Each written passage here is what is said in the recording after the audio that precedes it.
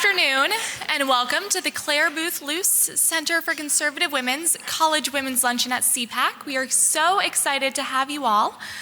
Before we begin, I would like to just take a moment to welcome you and introduce you to our organization.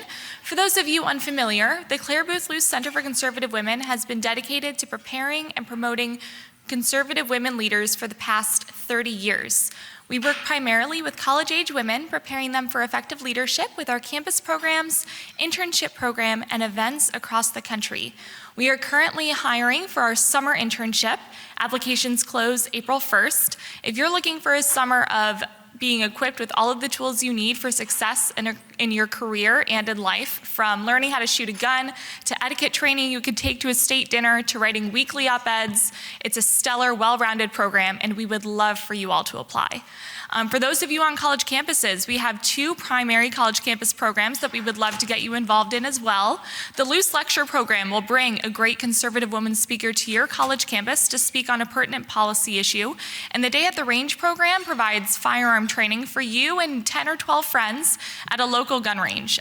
We've had a couple Day at the Range events so far already this past school year, and they've all been a lot of fun. So if you're interested, please email me, ccyr@cblwomen.org, or you can visit our website for more information.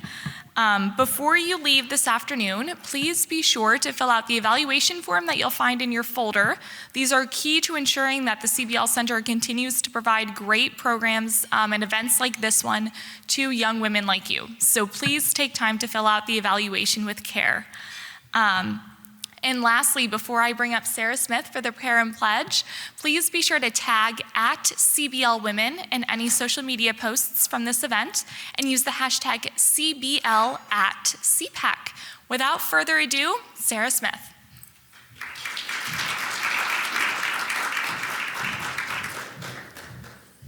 Hello, everyone. Please join me in prayer today as we thank God before we say our Pledge of Allegiance. Dear Heavenly Father, thank you for the opportunity to gather at CPAC to celebrate the freedom we are so blessed to enjoy in the United States. I pray for our nation and our leaders. Today, I pray that we would turn to Scripture for truth, that we may truly be one nation under God, looking to you and your word for our guidance. I thank you for organizations such as the Clare Boothe Luce Center, who encourage so many young women across the country. May we glorify you in everything we say and do today. In your name I pray, amen. Please stand and join me in saying our Pledge of Allegiance. I pledge allegiance to the flag of the United States of America and to the republic for which it stands, one nation, under God, indivisible, with liberty and justice for all.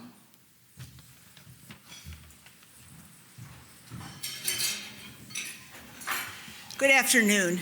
I'm Michelle Easton, president of the Clare Boothe Luce Center for Conservative Women, and I want to welcome you all to our lunch today. This is such a distinguished audience. There are so many people I would like to acknowledge, but I'm going to mention just two distinguished ladies here. First, you all just met her because she worked the room.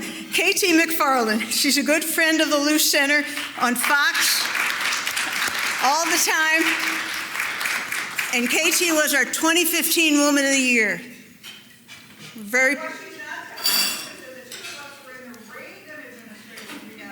That's true.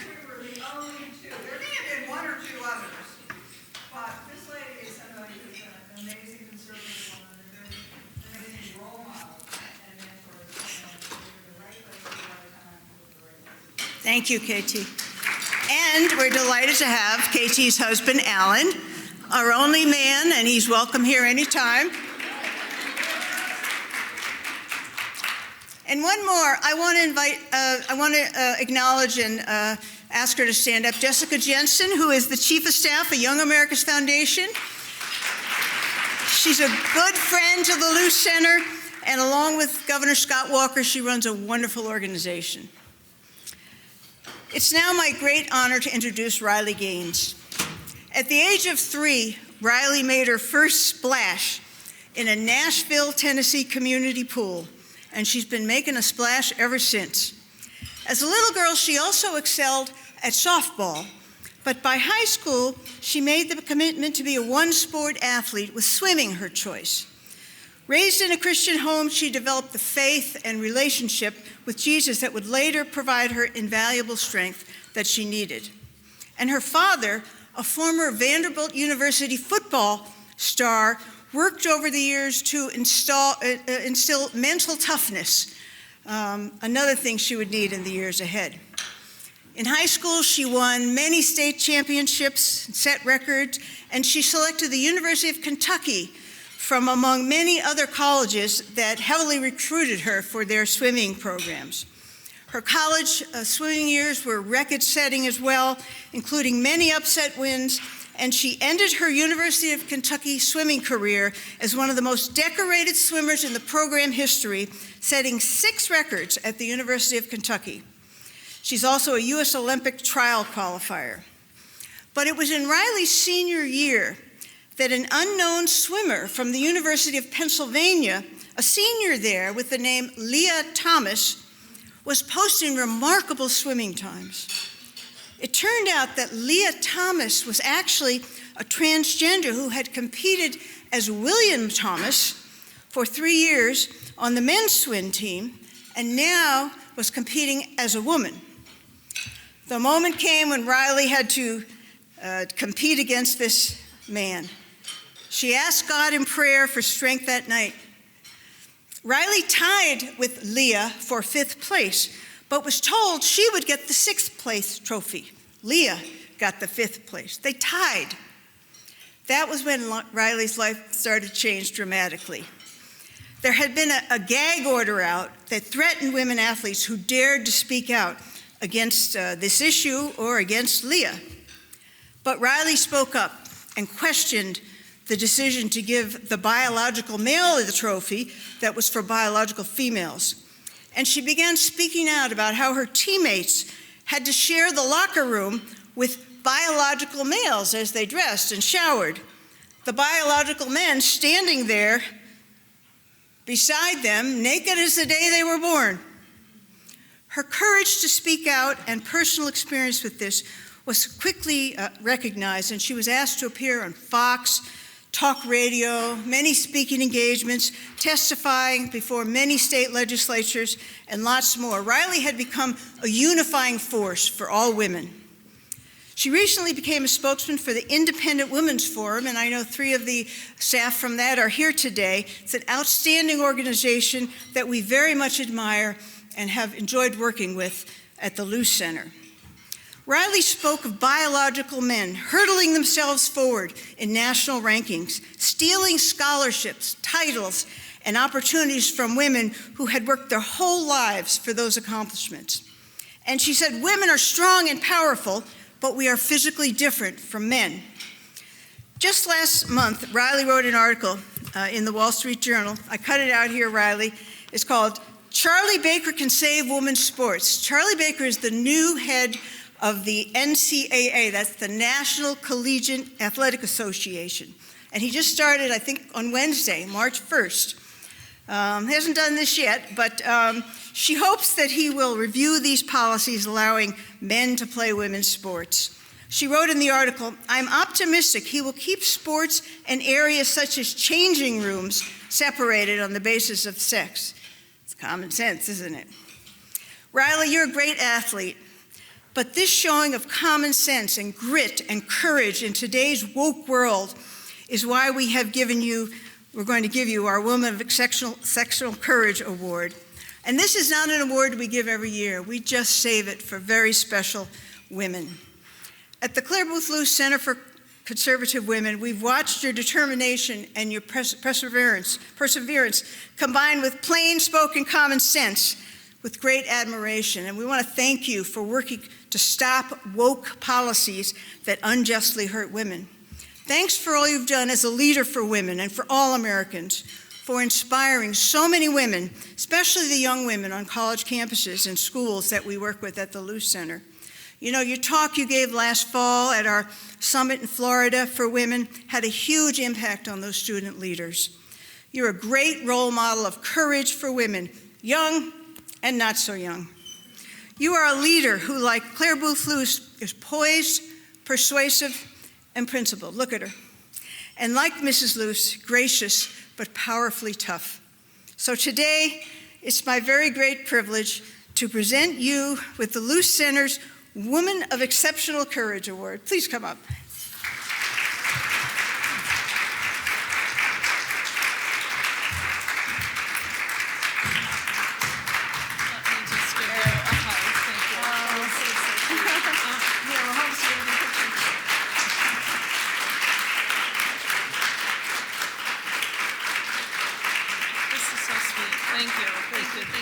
Okay. Oh my gosh. Well, first of all, it is so nice to see all of you guys, to see young, bright, shining, smiling faces, because this is a lot different than the Fox News audience that I talk to all the time, which is just white old men. So this is really exciting, and this is what I'm passionate about. So I appreciate you guys being here, especially so young, being willing to engage in these controversial and tough topics. So I wanted to start off by saying that. And second, truly, this is such an honor. If you would have told me a year ago, 2 years ago, that it would require exceptional courage to acknowledge that there are two sexes, to acknowledge that you cannot change your sex, and to acknowledge that women deserve equal opportunities and women deserve respect, I definitely would have laughed at you, because that seems as if you're almost saying, the bare minimum. And so I can't even believe that that requires exceptional courage, but at the same time, I truthfully am so humbled and honored. So thank you so much. It means so much coming from an organization that really prioritizes representing and guiding and building groundwork for courageous, conservative young women. So thank you guys. Thanks. And Alan, I wanted to tell you, you might be the only man in this room, but you can identify however you want. So I'm glad you're here. But she did a phenomenal job introducing me, and so I won't even bore you with all of those annoying, boring details. And I hope some of you guys got to hear my speech this morning. I participated in a panel with the detransitioner, Chloe Cole. She's really phenomenal and really inspiring to me. But I wanted to give you guys a little background. So last year I graduated from the University of Kentucky with a degree in human health sciences and health law. I was actually supposed to be in dental school this year.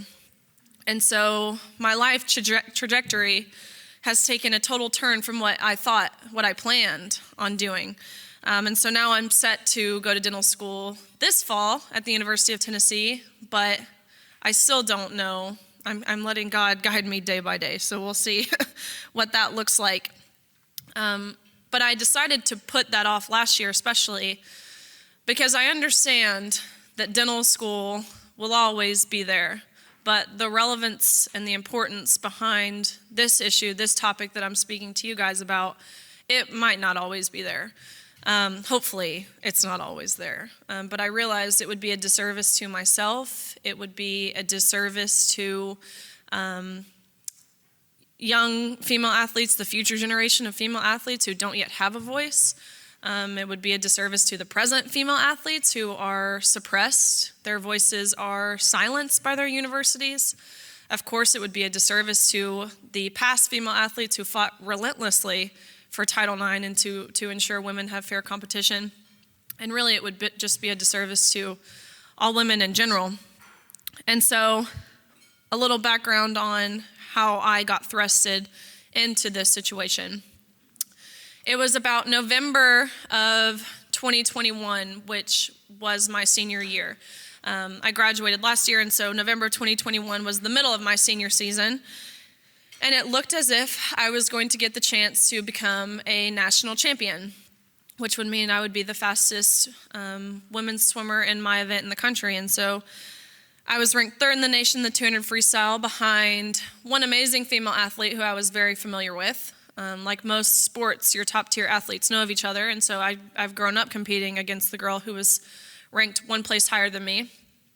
But the swimmer who was ranked first, and this is when I became aware of Leah Thomas, I had never heard of before. Of course, there were a couple red flags, including the fact that this was a senior.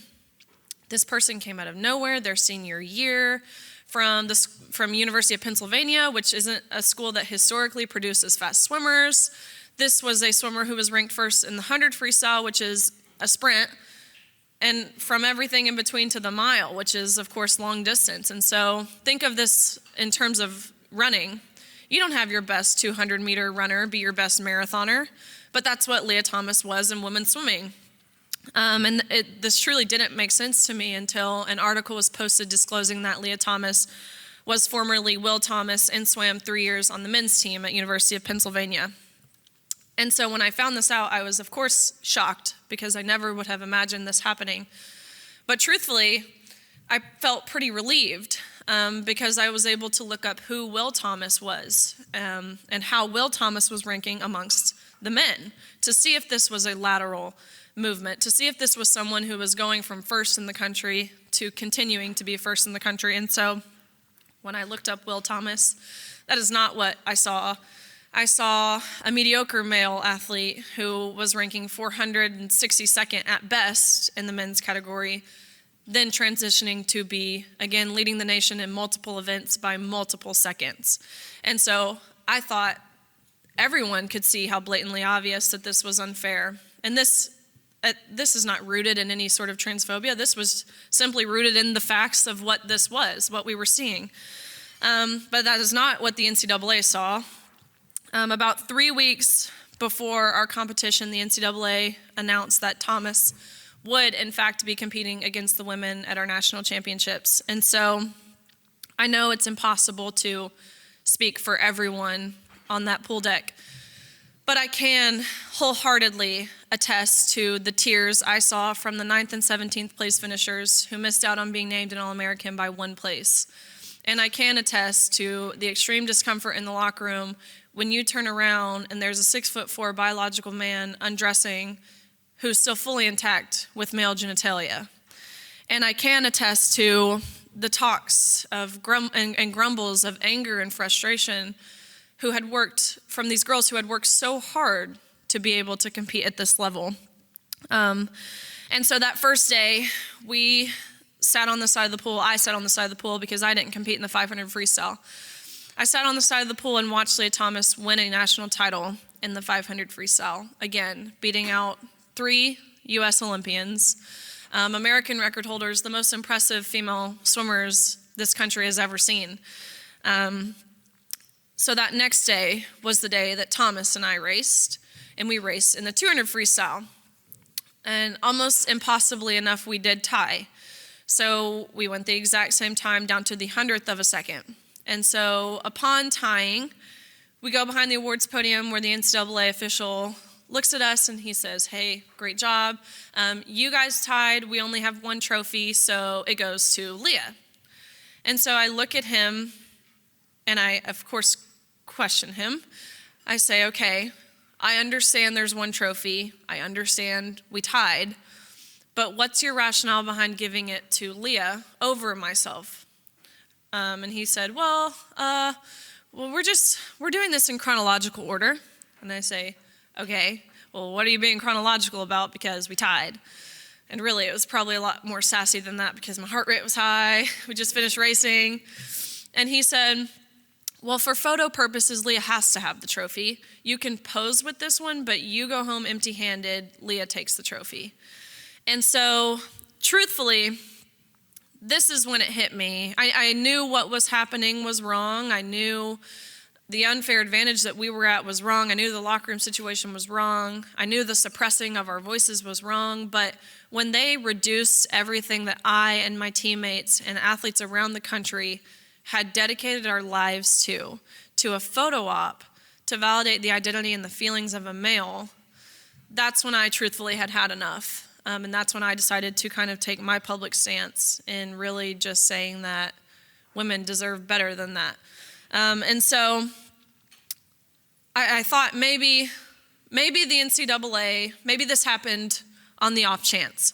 Maybe these rules that allowed this to happen, this was sprung upon them. Maybe they didn't have a chance to revise their rules. Maybe they've been in place for a long time. And so I did some digging, and I found that to be true. The transgender guidelines that allowed this to happen were put in place in 2010. So at the time, 12 years ago. And so I thought, cool, this is a one-off basis.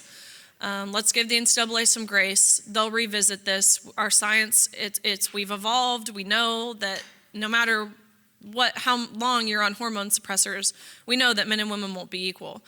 And so I did try to give the NCAA some grace, which now I realize how stupid I was to do that, because a few weeks after our NCAA championships, I got an email from my school that alerted me that I was nominated for NCAA Woman of the Year, which is the most prestigious award for collegiate female athletes.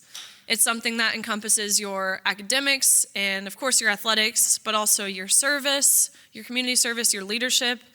And so when I received this award, I was so excited. This nomination, I was nominated for the award, and so I was so excited.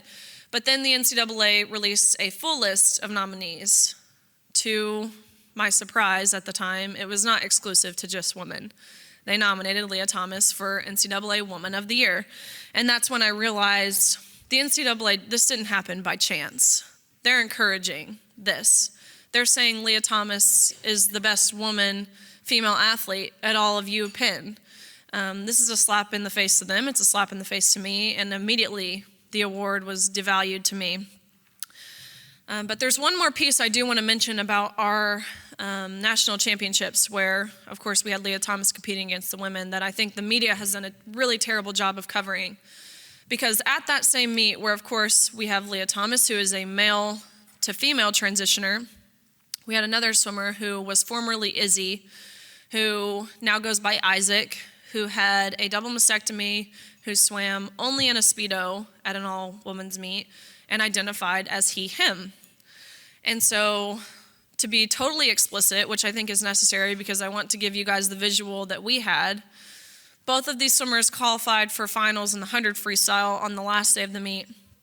And so next to each other, you have a 6'4" man who has a bulge in his women's suit next to a woman who's swimming in a Speedo. It was just like the Twilight Zone. But I think that point is worth mentioning because the Biden administration is actively working to rewrite Title IX to equate sex to gender identity. But notice how when we had a biological female who identified as a male, they were still competing in the women's category. And I can tell you exactly why, and it's because Izzy or Isaac would have never been able to qualify for men's NCAA championships. And I think this does a fantastic job of highlighting how the women's category is what's at jeopardy, not the men's category. And so that's kind of how I am now standing here, what kind of thrusted me into this position. And so I struggled for a while trying to figure out how can I make changes. I had no political background, not that I think sports should become political, but I do think that's how changes are made with legislature. And so I had no political background. I clearly have no public speaking background. I struggled. I didn't know how to make a change, but that was my goal. I didn't want any girl to have to go through what I went through. And so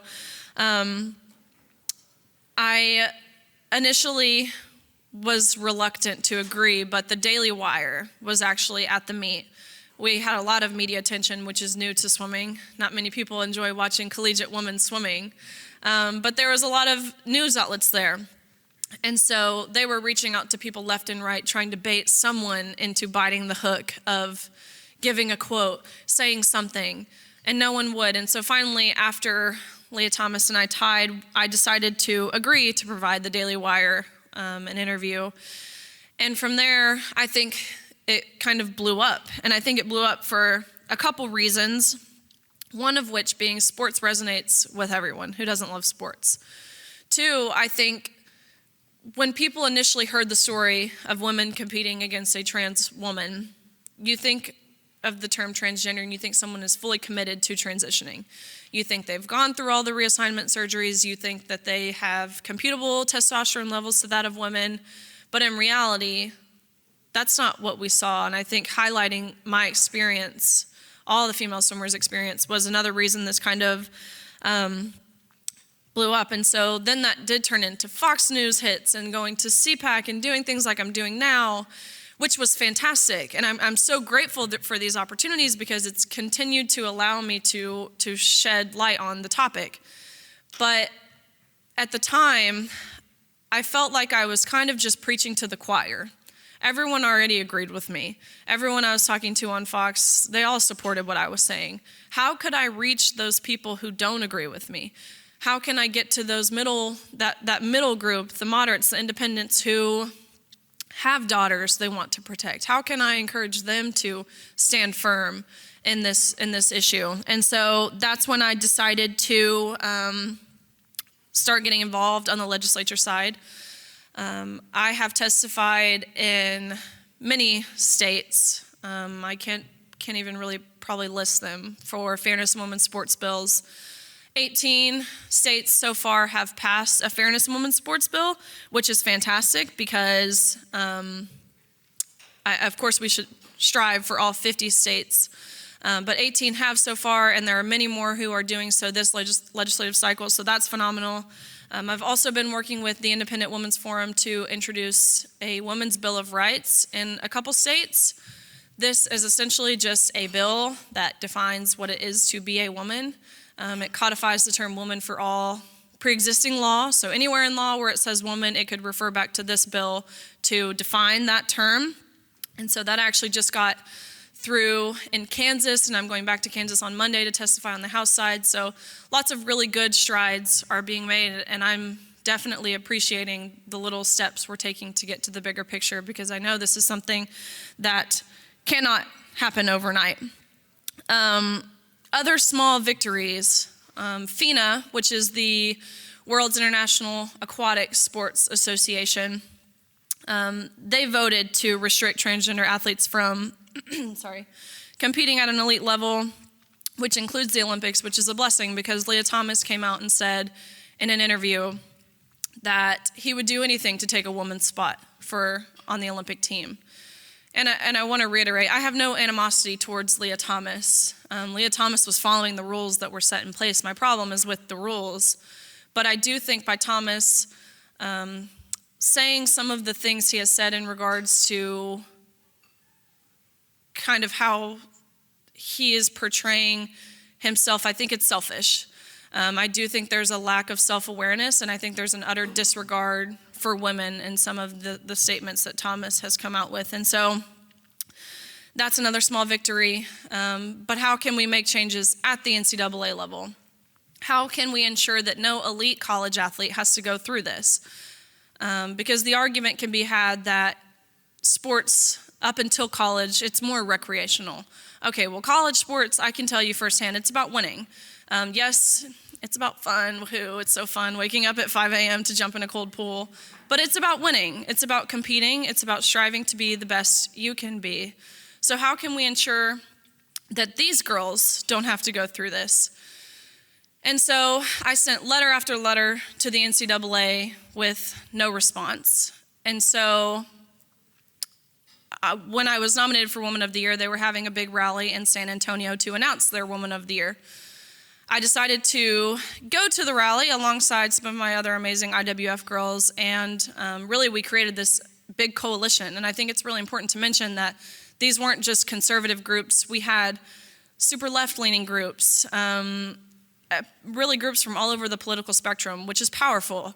There are very few things in politics that people can unite on, but this issue, defining what a woman is and protecting that, that's something that I think a lot of people agree on. And so we went down to San Antonio on the ground, and we created a petition, which in just a matter of days, we got nearly 10,000 signatures, and we handed this petition directly to the NCAA, as well as presented them with a legal demand letter claiming that if they did not stop discriminating on the basis of sex, there will be legal action.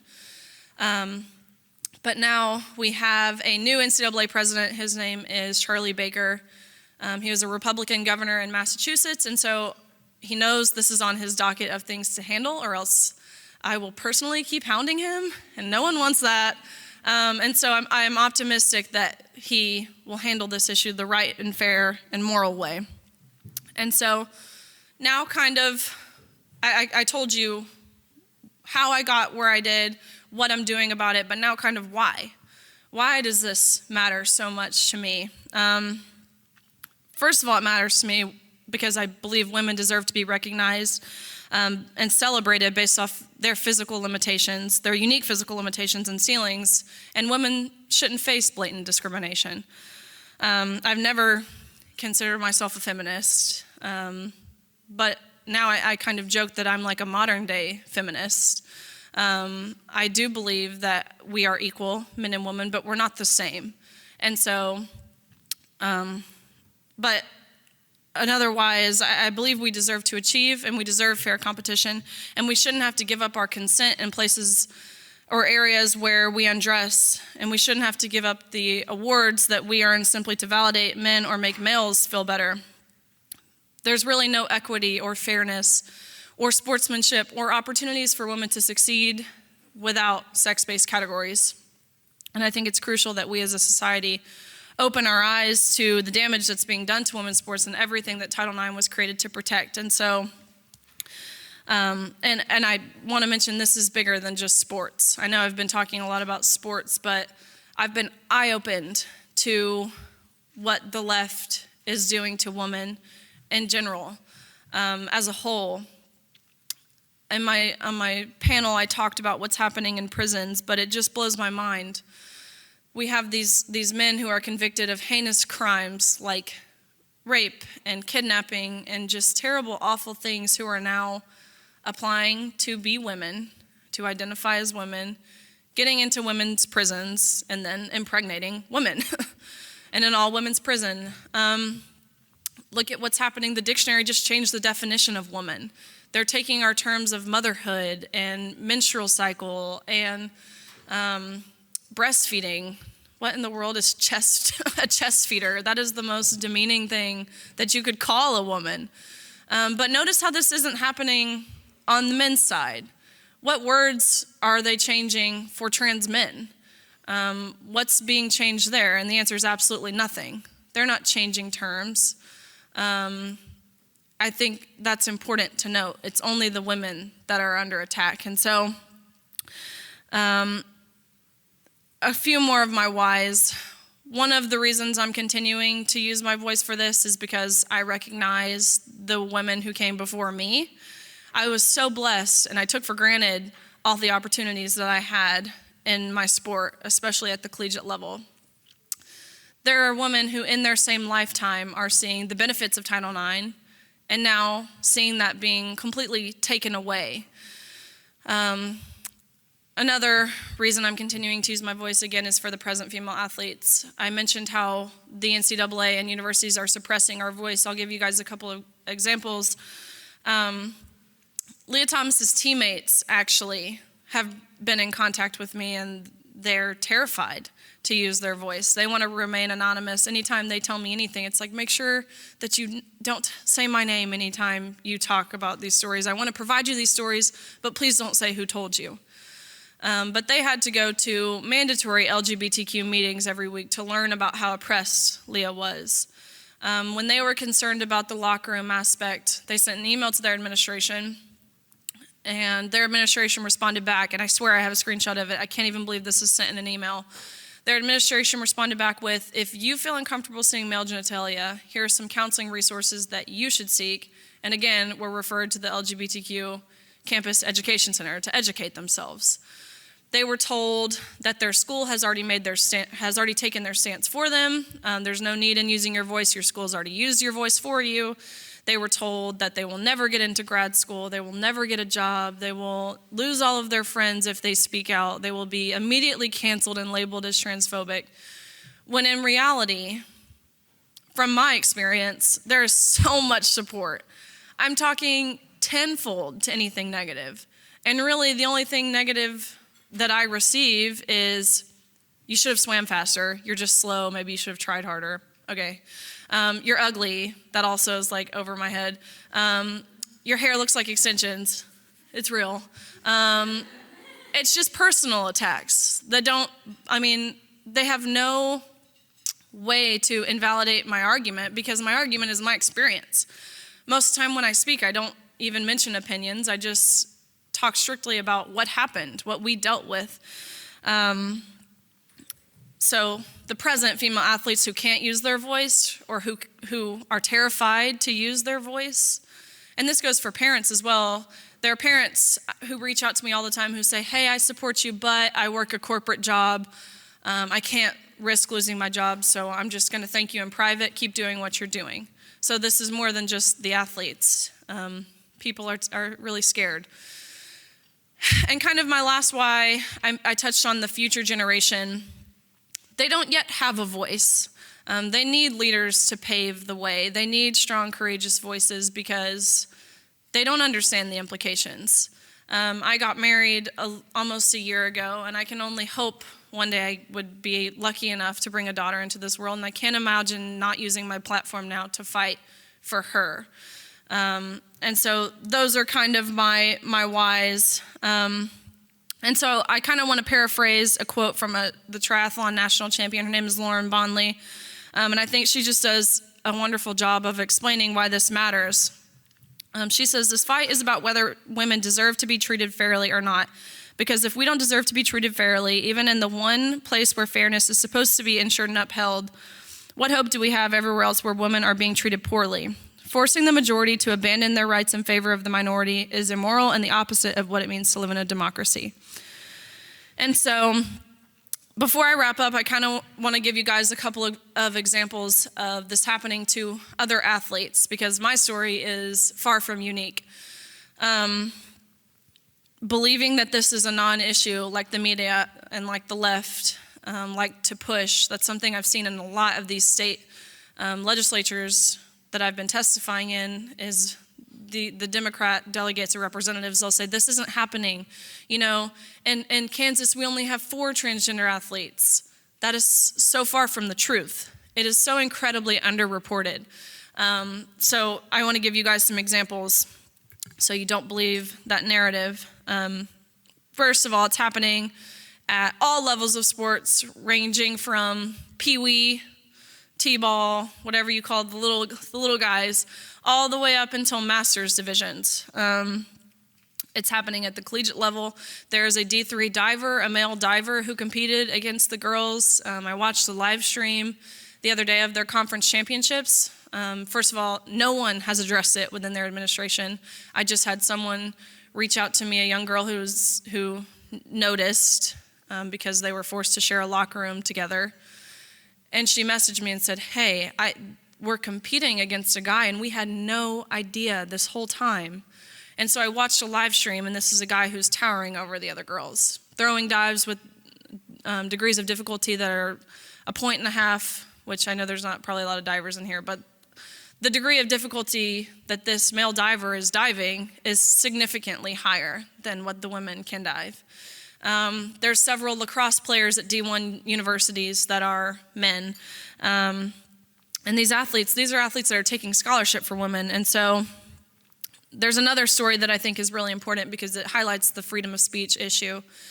There's a volleyball player in Vermont. Her name is Blake Allen. She's 14 years old, so she's a freshman in high school. And on her high school volleyball team, she has a male on her team, and they were forced, again, to share a locker room together. And so she immediately walked out of the locker room and asked her administration, hey, we feel uncomfortable. What can we do? And they suspended her from school. And her dad lost his job because they allegedly misgendered Amity, is his name. And they finally let her back in school when she announced that she's filing a lawsuit, to which she's still pursuing. So those are kind of stories of women losing out on opportunities and such. But it's also, I think, important to highlight that women, it's dangerous for women to compete against men. Physically dangerous. I am fortunate in swimming, we don't have physical contact, but there are many sports like volleyball, softball, basketball, lacrosse, all of these sports where you're either hitting each other or throwing a ball at each other or striking something at each other. Women have to worry about their safety. I could get into all the science of the percentages of men have 60% stronger upper bodies. There's all kind of stats there, and you guys know that, so I won't even dive into that.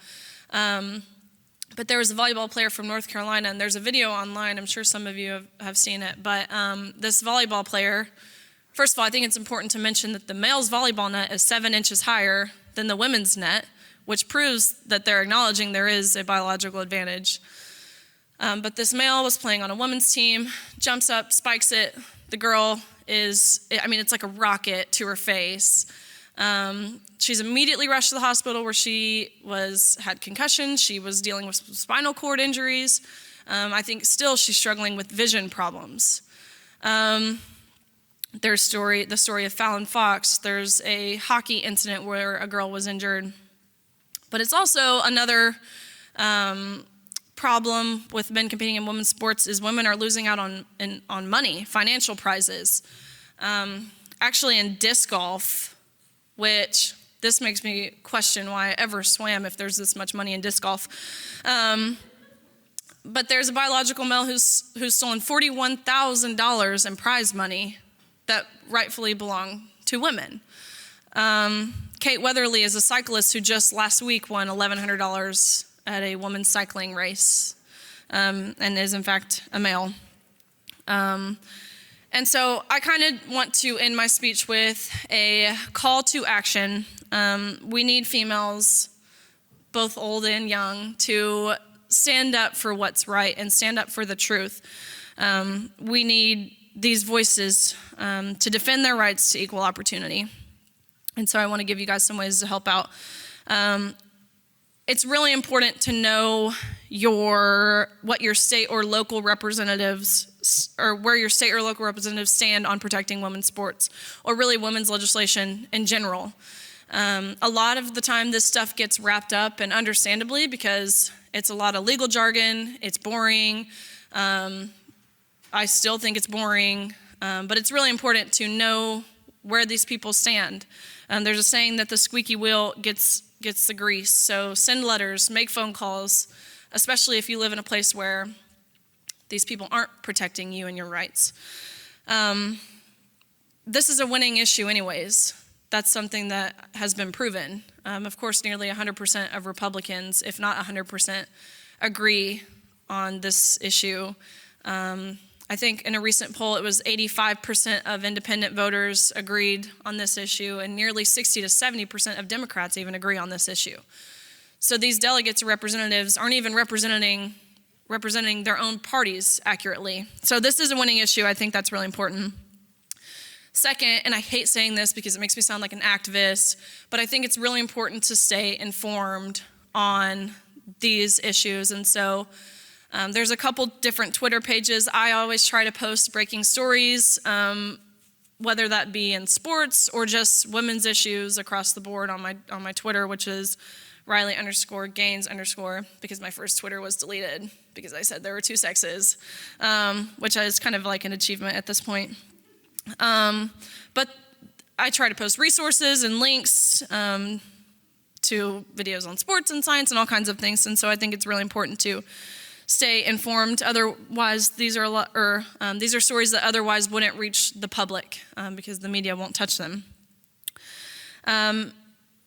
Lastly, I just want to reiterate how important it is to use your voice. I understand that no one wants to be labeled transphobic. No one wants to be called a bigot. No one wants to be called hateful. No one wants to be called, I really struggled at first when people would say, this, you say you're a Christian, but this isn't what God would do. Our God is a God who loves all. And I wholeheartedly agree, our God is a God who loves all. But our God also hates sin. And our God created man and woman, and our God doesn't make mistakes. And so those truthfully were the hardest comments for me to read, was when initially I struggled with realizing that this is still standing for the right thing, but that I realize now that was kind of the devil working his way into society and trying to make me stand back. But now I realize that speaking the truth is not difficult. I believe people are actually drawn to it. They're drawn to courage. And like I said in the intro, it's not hard to say that there are two sexes, you can't change your sex, and that women deserve equal opportunities. And so I think the last thing, it just feels like as a society we've turned our back on objective truths, on truth that is never changing, what it means to be a man and woman, the sheer essence of humanity. To deny that is to deny that the sky is blue, that the sun is hot. I mean, these things are the most basic of truths. And so I encourage you guys to not get blinded by a lot of the stuff being pushed. Don't let the lines be blurred, because these are important things. These are issues that we need to remain firm on. And so I so appreciate this award. Truthfully, this is just, I mean, it means so much. It's so humbling to me. So I thank you guys for listening, and I would love to answer some questions if anyone has any. Thank you.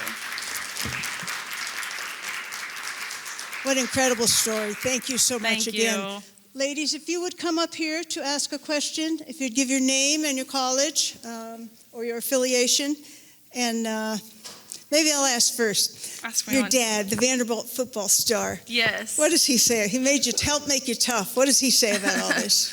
So I'll give you a little background on my dad, which I think highlights how I was raised as a child. So my dad did play football at Vanderbilt, and when he was playing football, he was playing a game against Ole Miss where my dad was the receiver, a long pass was thrown, my dad caught the ball, and the Ole Miss player, whose name was Chucky Mullins, he tackled my dad, which ultimately resulted in Chucky, he broke his neck and became paralyzed, and obviously was hospitalized, and he would never move again. And so this was extremely hard on my dad. And so it's very similar to the Damar Hamlin situation that just happened, but my dad was on the other end. So my dad was the T. Higgins of the situation. And so in those 6 or so months that Chucky lived, my dad and Chucky became best friends, which is it's really an amazing story. And so Chucky passed away, I think 6 or 7, 8 months later after the hit. And even still to this day, my dad is never home on Christmas because he believes no one should be alone on Christmas. So he goes and stays all day with Chucky on Christmas. He goes on the day of the hit and the day Chucky passed. And so I think that's my dad, well, both of my parents, they've always raised me to believe you never lie, you never cheat, you never steal. And so they instilled me with the leadership and the faith and the security to be able to do this. And so all that being said, when my dad found out about this situation, specifically the locker room situation, I mean, my dad's a big old Southern Tennessean NFL football player. He didn't take lightly that his daughter would be changing in a locker room with a man. So he wanted to handle the situation himself, to which I had to respond, Dad, we already have one man in the locker room, we don't need two. But it was really hard for my parents to watch this, for a lot of parents to watch this. I know so many parents who couldn't bear to be in the facility watching their own child swim because they couldn't fathom seeing their daughter race a male. There have been parents who have started organizations. Icons is an amazing organization that was started by a mom of a swimmer. But they're really proud of me. This is something that, again, they instilled in me to stand firm, and so I think seeing that shine through me is something they're really proud of. So. Thank you. Riley, I just want to tell you that the point you made about scholarships and athletic scholarships, I was in the Nixon administration when Title IX was Right. passed and written in. One of our goals was knowing that if women would be equally considered under the Equal Rights Amendment, that meant that every college and university in the United States would have to offer scholarships, athletic scholarships, to women in the same proportion as men. Right. As a result of that, hundreds of thousands of women who might not have otherwise gone to university and college were able to get degrees. So that is an extremely significant part of it. It's about the athletics and it's about the fairness, but it's about women empowerment. Absolutely. And then on a good note, I have been texting, because I'm so impressed with you, I've been texting with my daughter, Representative Fiona McFarland from the Florida State Representatives. She was a Division I rower at the Naval Academy, and she is open invitation for you to please come to Florida Legislature and talk to them about what you've experienced and how important it is to do what you're doing. Well, that makes my day. And let me tell you how U.S. rowing has handled this issue. The worst. Yeah, exactly. The worst. They have basically their guidelines for men competing in women's sports is literally just to say, I identify as a woman. So U.S. rowing has failed rowers miserably. But I appreciate that so much. And the Title IX piece is extremely important to mention, because now that they're trying to change it, this wouldn't just affect sports. This would mean that men could live in a dorm room with women and women could do absolutely nothing about it. This would mean that men could be in sororities and you could do nothing about it. This would mean that it's actually sexual harassment if you misgender a trans individual, but it's not sexual harassment for that same individual to be exposing his body parts in a locker room. That's not sexual harassment, but the act of me calling Leah Thomas a he, that is, and I would be guilty. So this is all what the Biden administration is actively trying to accomplish, which is a bit ironic, because wasn't it once the left who fought so hard for women's rights and women's empowerment? And now it seems as if they've totally turned their back and done a 180. So. You go, girl. Oh, well, thank you. Hi, my name is Bree. I work at Young America's Foundation and attend Grand Canyon University. Oh, nice. You mentioned when Leah was in the locker room with you guys, how you felt and everything. I think as students on campus and then young adults in the workplace, we have the big ideas like you do, and we're willing to use our voice, but the being shocked in person, there's a naked guy in front of you in the locker room. Were there any conversations that were had with him in there, or how did you kind of handle that? I don't think there were direct conversations with Leah, and going off what you said, it is shock, and you don't want to be confrontational in that space, or really in any space about this issue. Confrontation is uncomfortable because it's controversial, and so when it's important to mention that we were not forewarned we would be sharing a locker room. The NCAA never told us. We had no idea. We didn't know what the arrangement would be. And so when we go in the locker room and Leah Thomas walks in, it was shock. Like, oh my gosh, like what? And so I immediately left the locker room and I went up to an NCAA official and I said, hey, what are the rules that allowed this to happen? What are the guidelines in place? And he said, well, actually, we got around this by making the locker rooms unisex. So I looked at him. This meant that any man, not even just a self-identifying woman, could have walked into our locker room. And they didn't even tell us that these were unisex locker rooms. And a little bit of setting the scene for a swimming locker room, it's not a place of modesty. These suits you put on, you hold it up to your body when it's not on and it looks like it's like this big. It takes about 15 minutes to really squeeze yourself into these suits, 15 minutes of which you're fully exposed. And they didn't even bare minimum tell us they made the locker rooms unisex. Thankfully, we didn't have any other men other than Leo walking into our locker room because these men have hopefully enough moral conscience to never do that.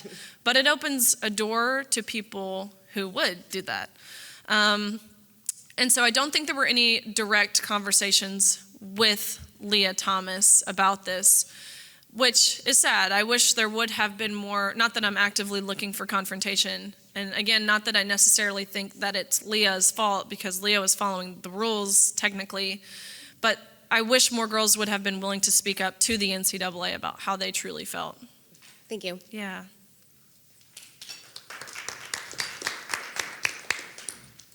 Hi, my name is Maria. I'm with the Leadership Institute, and I'm also with Susan B. Anthony Pro-Life Organization.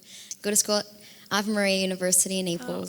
Oh, awesome. And so you had mentioned that you were having a little bit of trouble with Christians that would tell you you're not being charitable, you're not being tolerant, like what would Jesus do? So, I since I'm studying medicine right now, I'm focusing more on pediatrics, especially with this whole transgender issue. So hearing your story, I was like in the back, like, you go, girl. Like, I was totally into it. But I'm just curious, how do you discuss this issue with other Christians who just don't see your point of view?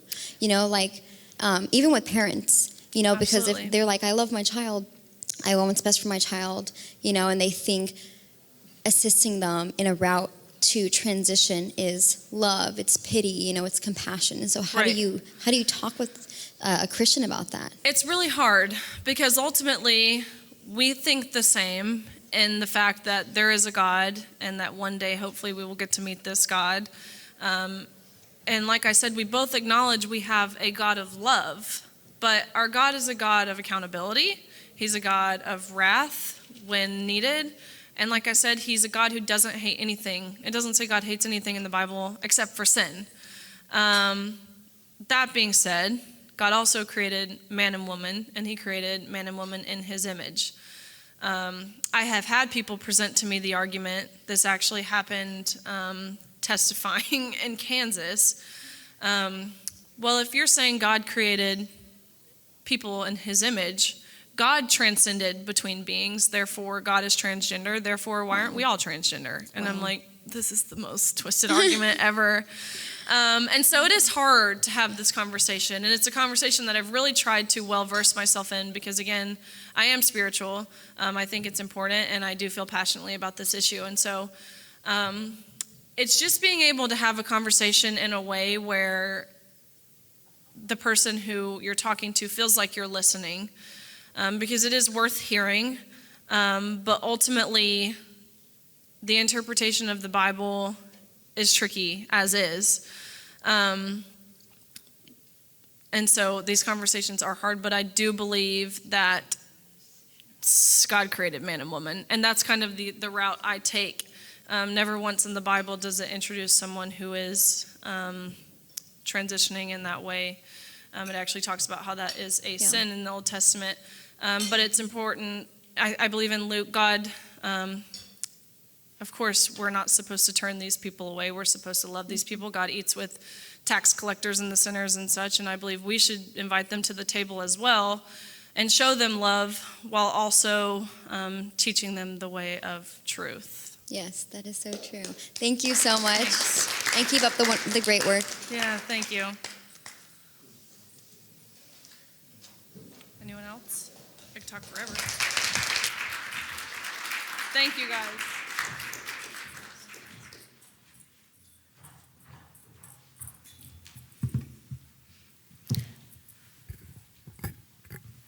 Thank you, Riley, again, for speaking to us today. You are truly an inspiration to female athletes everywhere and women everywhere. My name is Evangeline Fossier. I'm a senior at Grand Valley State University in the state of Michigan, and I'm also a former Luce Center intern. But I've also gratefully accepted a position at the Luce Center post-graduation full-time, and I'll be utilizing my public relations degree to further spread the conservative message to young women. I just want to leave you all with a few closing remarks about the Luce Center and what we do here. Our primary focus here is to help develop young women into leaders in their representative fields. So from writers to teachers to lawyers, the young women who have completed the Luce Center internship have gone on to do great things, and they've come out stronger and more confident. In a society that struggles to answer the question, what is a woman? Luce Center ladies are here to remind everyone that a strong woman is someone like Riley Gaines. Which is why I'm also excited to announce that she has accepted an invitation to speak at my campus at Grand Valley in April. Yes. And I owe this opportunity to the Luce Center. As a former intern, I learned crucial information about how to improve my writing and my communication skills, the essentials of business etiquette, and I was given the opportunity to write op-eds about topics that I'm passionate about. Actually, their training is what gave me the confidence to speak up here today to all of you. And that being said, I could not recommend the internship more. If developing your voice as a young conservative woman is something that interests you, then I highly recommend speaking to one of the Luce Center ladies, speaking to Caroline in the back, coming to our booth at CPAC Central, or visiting cblwomen.org. Before you leave today, please make sure to fill out the surveys in the folders, the evaluation surveys. They help us continue to provide you all with great speakers. Additionally, Michelle will be signing copies of her book, How to Raise a Conservative Daughter, at the registration table. So once again, I would like to thank Riley Gaines for being here this afternoon. I think we have all learned what it means to be a strong conservative woman today.